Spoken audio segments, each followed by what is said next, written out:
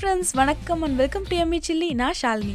Veg Paneer Jalfrezi தான் இன்னைக்கு வீடியோல பார்க்க போறோம். Jalfreziங்கிறது ஒரு யம்மியான பெங்காலி ரெசிபி. கிரேவியாவும் இல்லாம ஒரு செமி ட்ரையான ஒரு சைடு டிஷ் இது. சப்பாத்தி, நான், குல்ச்சாக்கு சூப்பரா இருக்கும். அதோட லெமன் ரைஸ், கோகோனட் ரைஸ், அப்புறம் இந்த தேங்காய் பால் சாதம், புளி சாதம், மெயினா புலாவுக்குலாம் இது சூப்பரான காம்பினேஷன். ரொம்ப யம்மியா இருக்கும். ஒண்ணுமே இல்ல, காய்கறி எல்லாம் போட்டு ஒரு மசாலா தான். ரொம்ப சிம்பிள் ஈஸியான ஒரு ரெசிபி. அதோட கிட்ஸ் லஞ்ச் பாக்ஸ் ரெசிபியாவும் நீங்க வந்து சப்பாத்தில வந்து ஸ்டஃப் பண்ணி ரோல் பண்ணி நீங்க கொடுக்கலாம். மெயின் டிஷ்ஷாவே நீங்க இதை சாப்பிடலாம். வெஜ் பன்னீர் ஜால்ஃப்ரெசி செய்யறதுக்கு தேவையான இன்கிரீடியன்ஸ் எல்லாம் என்னென்னு பாத்துருங்க. அதே மாதிரி இந்த ஜால்ஃப்ரெசிங்கிறது வந்து வெஜிடபிள்ஸ் மட்டும் வச்சு பண்ணலாம், இல்ல பன்னீர் மட்டும் வச்சு பண்ணலாம். சிக்கன், ப்ரான் இதெல்லாம் கூட வச்சு பண்ணலாம். நான் வந்து வெஜிடபிள்ஸ் அண்ட் பன்னீர் ரெண்டுமே ஆட் பண்ணி என்னோட காம்பினேஷன்ல நான் வந்து செஞ்சிருக்கேன். ஃபர்ஸ்ட் ஸ்டவ் ஆன் பண்ணி பேனை ஹீட் பண்ணிட்டு 1.5 டேபிள் ஸ்பூன் அளவுக்கு பட்டர் ஆட் பண்ணிருக்கேன். நெய் இல்லைன்னா எண்ணெய் எது வேணாலும் நீங்க ஆட் பண்ணிக்கோங்க. நான் வெண்ணெய் ஆட் பண்ணிருக்கேன். அதுல பன்னீர் 200 கிராம்ஸ் 200 கிராம் அளவுக்கு பன்னீர் வந்து ஆட் பண்ணிருக்கேன்.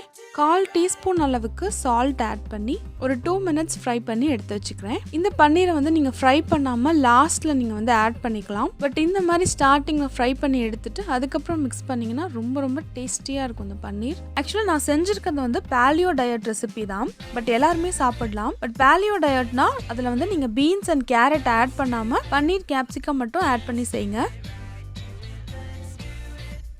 ஸோ அதே பேன்ல இன்னும் ஒரு 1/2 டேபிள் ஸ்பூன் அளவுக்கு பட்டர் ஆட் பண்ணியிருக்கேன்.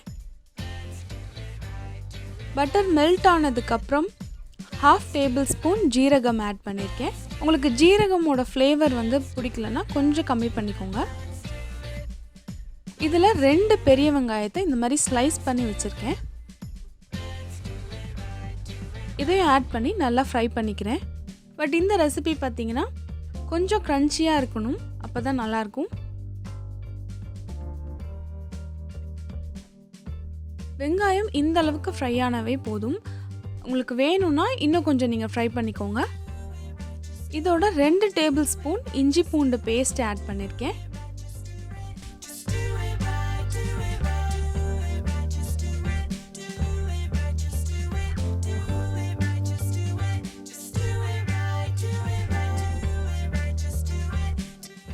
ஒரு 4-5 தக்காளியை வந்து இந்த மாதிரி லென்த் வைஸ் கட் பண்ணி எடுத்திருக்கேன். நீல வாக்குல கட் பண்ணி எடுத்திருக்கேன். அதையும் ஆட் பண்ணிக்கிறேன். இதுல வந்து சின்ன சைஸா இருந்தா 5 தக்காளி ஆட் பண்ணிக்கோங்க. மீடியம் சைஸா இருந்ததுன்னா 4 போதும்.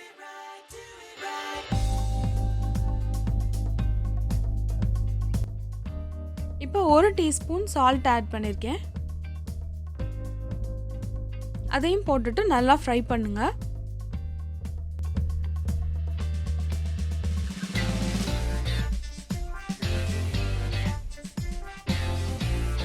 ரொம்ப ட்ரையாக இருக்கனால கொஞ்சமாக தண்ணி ஆட் பண்ணி ஃப்ரை பண்ணிக்கிறேன்.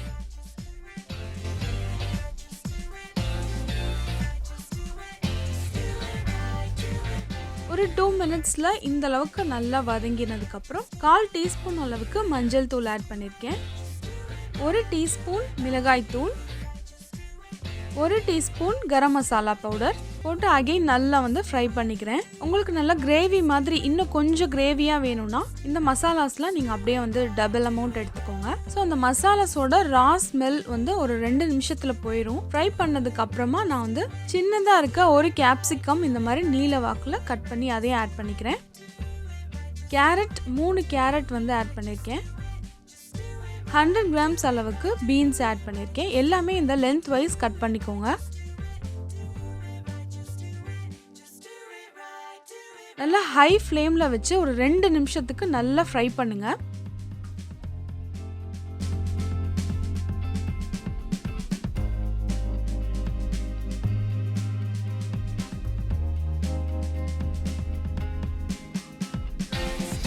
ரெண்டு நிமிஷம் ஃப்ரை ஆனதுக்கப்புறம் ஒரு கப் அளவுக்கு தண்ணி ஆட் பண்ணியிருக்கேன். இது கொஞ்சம் கொஞ்சமாக நான் ஆட் பண்ணி மிக்ஸ் பண்ணியிருக்கேன். ரொம்ப தண்ணி ஆட் பண்ணிடாதீங்க, குழையக்கூடாது. இந்த வெஜிடபிள்ஸ் வந்து கொஞ்சம் கடிப்படுற மாதிரி இருக்கணும். அதனால தண்ணி கம்மியாக ஆட் பண்ணி ஒரு 10 நிமிஷத்துக்கு லிட் போட்டு வேக வச்சிடலாம். லிட் போட்டதுக்கப்புறம் மீடியம் ஃப்ளேமில் வச்சுருங்க. ஸோ 10 மினிட்ஸ்க்கு அப்புறம் பார்த்தீங்கன்னா இந்த காயெல்லாம் வந்து வெந்திருக்கும். அதே சமயம் நம்ம மிக்ஸ் பண்ணால் இதெல்லாம் வந்து உடையாமல் இருக்க அளவுக்கு அந்த ஸ்டேஜில் வந்து வெந்திருக்கும்.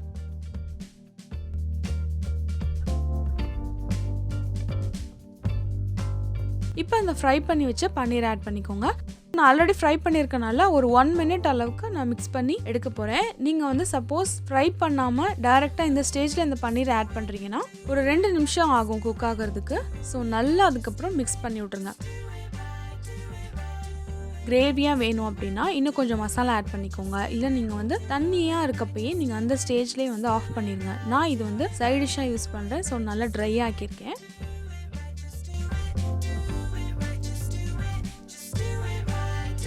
இதோட வந்து ஆர்கானோ ஆட் பண்ணிக்கலாம், இல்லைன்னா கசூரி மெத்தி ஆட் பண்ணிக்கலாம், இல்லைன்னா கொத்தமல்லி ஆட் பண்ணிக்கலாம். என்கிட்ட வந்து ஆர்கானோ கசூரி மெத்திலாம் இல்லாதனால இப்போ நான் வந்து கொத்தமல்லி ஆட் பண்ணிக்கிறேன். ஸோ முடிஞ்சது நம்மளோட வெஜ் பன்னீர் ஜால்ஃப்ரெசி. ரொம்ப ஹெல்த்தியான எம்மியான ஒரு சூப்பரான ரெசிபி. பெங்காலி ரெசிபினாலும் பன்னீர்லாம் போடல அப்படின்னா அப்படியே வந்து நம்ம சவுத் இண்டியன் ரெசிபி தான் இது. நல்லா ஸ்பைசியாக டேங்கியாக சூப்பராக இருக்கும். ஆனால் இதில் கேரட் பன்னீர்லாம் ஆட் பண்ணியிருக்கனால ஸ்பைசினஸ் வந்து அவ்வளோக்கு தெரியல. அதே மாதிரி வெஜிடபிள்ஸ் வந்து நம்ம சாய்ஸ் தான்.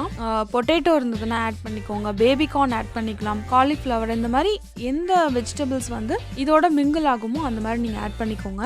ஸோ ரொம்ப ரொம்ப ரொம்ப டேஸ்டியான இந்த வெஜ் பன்னீர் ஜால்ஃப்ரெசி உங்கள் வீட்டில் கண்டிப்பாக ட்ரை பண்ணி பாருங்கள். வீடியோ பிடிச்சிருந்தா லைக் பண்ணுங்கள், உங்கள் ஃப்ரெண்ட்ஸ் அண்ட் ஃபேமிலிக்கு ஷேர் பண்ணுங்கள். எம்மி சில்லி சேனலை மறக்காமல் சப்ஸ்கிரைப் பண்ணிவிட்டு பக்கத்தில் இருக்க பெல் ஐக்கான் இருக்கு இல்லையா, அதையும் கிளிக் பண்ணிடுங்க. ஆரோக்கியமான உணவை அறுசுவையோடு சாப்பிடுங்க. தேங்க்யூ.